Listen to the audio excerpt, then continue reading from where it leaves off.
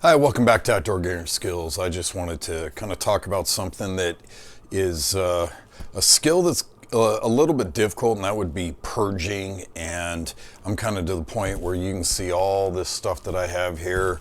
I've got this whole bucket here is full of rope and paracord. This one right here is my travel bucket.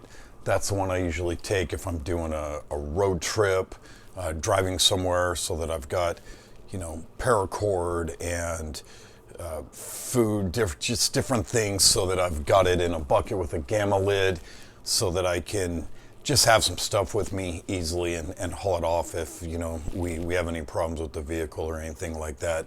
And part of my problem is I love to repurpose things. I just think it's cool to use something, find a creative way to do something different with it. And so I tend to hold on to stuff and go, oh, I can repurpose that. And I do repurpose a lot of it, but I kind of have that family gene of hoarding stuff a little bit. And, reminds me of the meme that I saw a few days ago, where a dad says, hey, I finally used that piece of 2x4 that I've been saving since 2006. And I'm not quite that bad, but I do keep more than I should.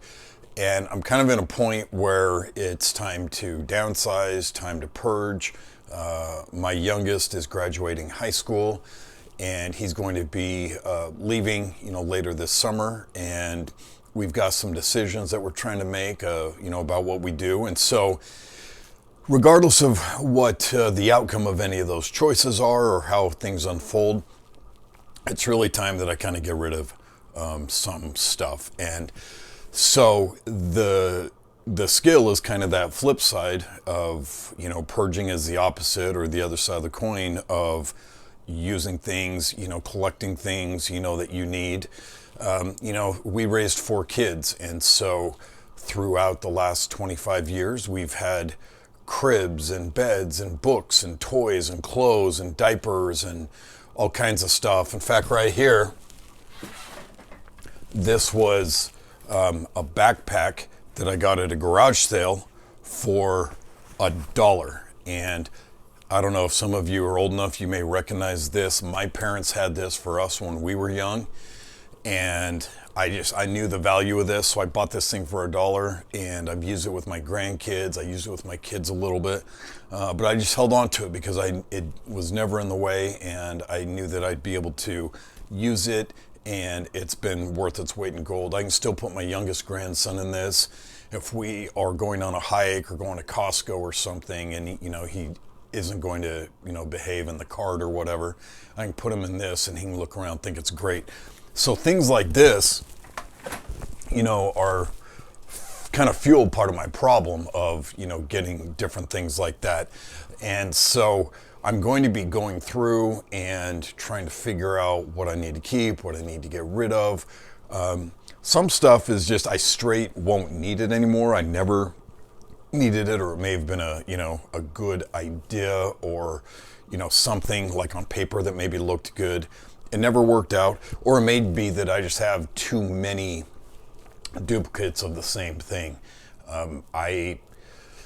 Probably my top 3 things are, from like an everyday carry standpoint, or, to have with me in a situation, emergency, if you want to go that far to say that, would be a knife, a flashlight, and paracord.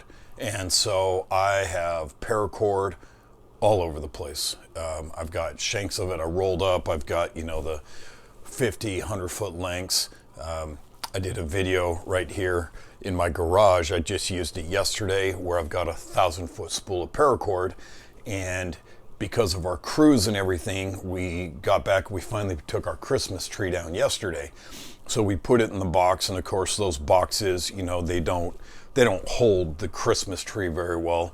So I was able to just pull down on that, cut 3 lengths so I could loop and tie it off, and then throw the Christmas tree up in the rafters with my son yesterday. So a lot of those things are very useful. They're helpful to me.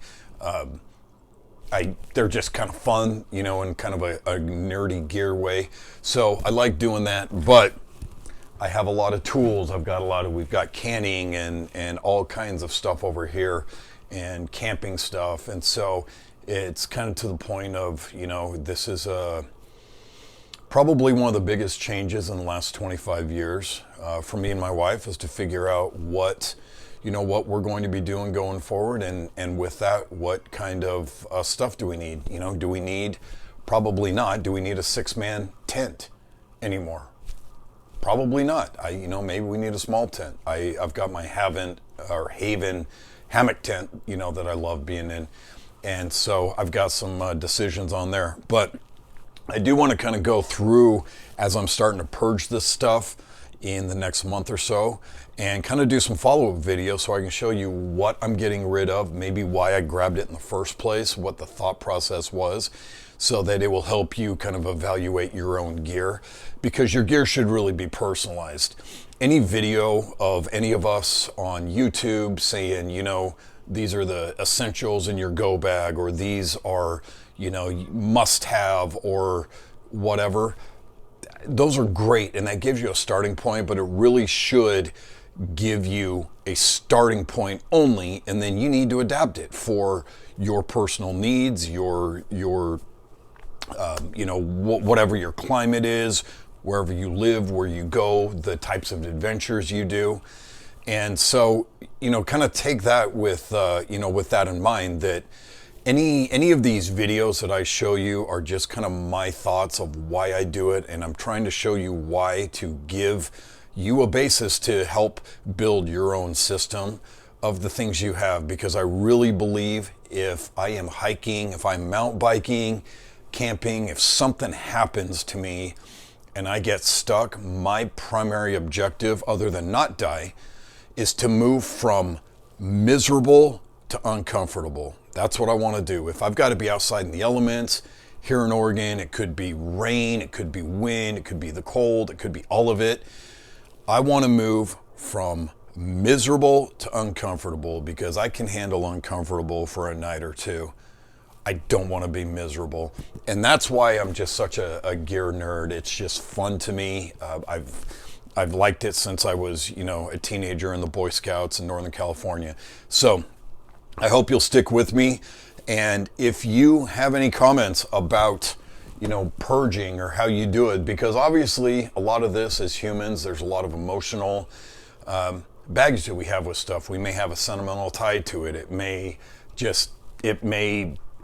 may operate from a feeling of scarcity instead of abundance. And so we cling on to those things. And for that reason, that's one of the reasons I need to kind of let go of some of this stuff too, but also just kind of pare down, because I don't know what the future holds. And the next, I don't know, 6, 12, 18 months could be really, really different and impactful for us. So I hope you'll stick around. As always, thanks for watching Outdoor Gear and Skills, and we'll see you out there.